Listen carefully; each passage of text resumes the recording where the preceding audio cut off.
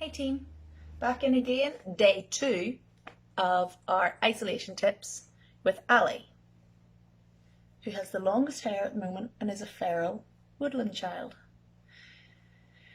Anyway, day 2. Okay, so we're coming in day 2 and we're talking about our food consumption.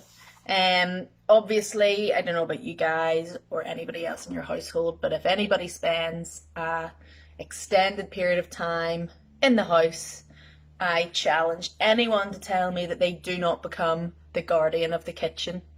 So every half hour, just take a wee dander into the kitchen, have a wee look through the cupboards. Yeah, cupboards are fine. Yeah, fridge looking good there.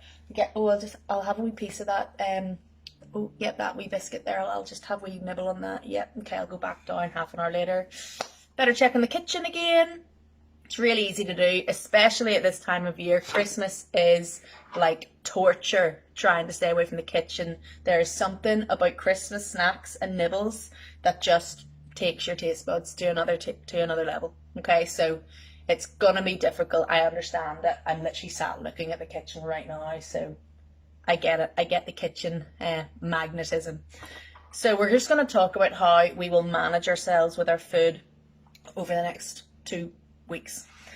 Do remember that no matter what, everything needs energy. Okay, so when you wake up in the morning and you're just breathing, when you do your home workout, when you're working with your actual job using your brain, everything needs juice. Okay, everything is energy consuming, so make sure that you're providing the energy just for basic sustenance. Okay, so what we're going to talk about are 3 tips that I think can maybe help with our food consumption over the next 2 weeks. Number 1, do not starve yourself. We've just talked about it. We need energy for everything we do. So do not ever decide that because you're stuck at home, you have to cut your calories by a really significant amount. Let's think, start of the day, when's your breakfast, when's your lunch, when's your dinner? Within each of these meals, let's fill up with lots of whole foods, okay? So we're talking about our meat, we're talking about our proteins, we're talking about our veg, we're talking about our grains. These are all gonna fall into the bracket of satiable foods that mean we're gonna stay full for longer, we're gonna have a longer energy supply, so we're maybe not just so tempted to go and have the little sweet treats that are in the kitchen. Snacks are fine, snacks are totally fine. Make sure, again, tell yourself how many snacks you're going to have in the day, okay? You don't have 47 snacks in the day, but think you've got your breakfast, your lunch, your dinner, so maybe there's going to be a wee after dinner snack. Everybody gets the little hunger pangs before bedtime, so know that you're going to have one then, maybe in between lunchtime and dinner time. Good time to have some snacks. What your snacks are is what's going to be important, okay? So a wee biscuit here and there is fine, packet of crisps here and there is fine, but don't fill your snacks quota only with your simple carbohydrates or your simple sugars, so like your cakes, your biscuits, your chocolates, your crisps, all of that kind of jazz. As delicious as they are, you do got to limit those things. Number 2, don't overindulge. Okay, so we have don't starve, don't overindulge. Seems pretty simple, right? Try to think about limiting your portions whenever it comes to the treats side of things, okay? That Doritos share bag is a share bag for a reason. It's not all for you, okay? So let's think about limiting when we come in, and if we're having any of our snacks, if it's a cup of tea, don't eat the full packet of Jammy Dodgers, just a couple. If you really struggle with limiting yourself in terms of your indulgences, then it needs to be a case of, for the next couple of weeks, out of sight, out of mind, okay? So I know people are probably doing shopping and bringing in all their treats and snacks and bits and pieces for Christmas. Everybody has their treat cupboard, no matter who you are. I know everybody has their treat cupboard.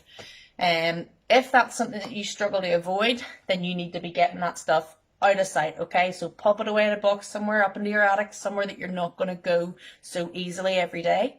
And when you're buying your shop, only buy what you need. Try not to be absolutely loading the cart up with the likes of your treats and snacks, okay? 1 or 2 is enough in the day. That's plenty. And then tell yourself, catch yourself on, go and have a piece of fruit. Okay, 3, Final tip. It's probably a good time, if you have any kind of nutrition goals or weight loss, weight gain goals. This is a good time maybe to have a think about food tracking or a food diary using something like MyFitnessPal. Okay, it's a really, really good resource. It's got every food on the planet pretty much synced into the app already. You just have to say, I've had however much of this. Pops it into your app. It'll tell you all of your details, so your calories, your fats, your carbohydrates, your proteins, and it'll just tell you how many you've had. You can pre-decide how many calories you want to have in the day, or how much fat, carbohydrate, protein you want to have in the day, and then it's going to let you know if you're getting close to that target or if you've gone over that target. It just means that you can learn to be accountable for what you're eating. You can learn some consistency, so each day, you're probably going to see a similar routine between your breakfasts, your lunches and your dinners. But it's also going to keep you focused and staying on track in terms of all of those goals we talked about. So, do you have a certain target goal or target weight that you want to get to?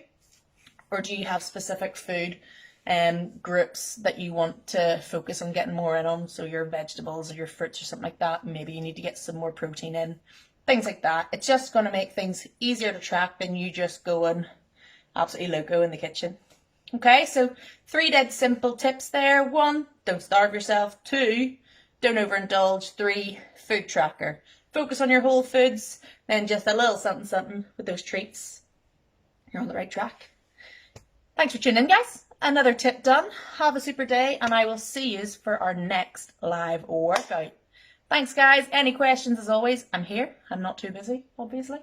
So ping me, and I'll catch you soon. Bye.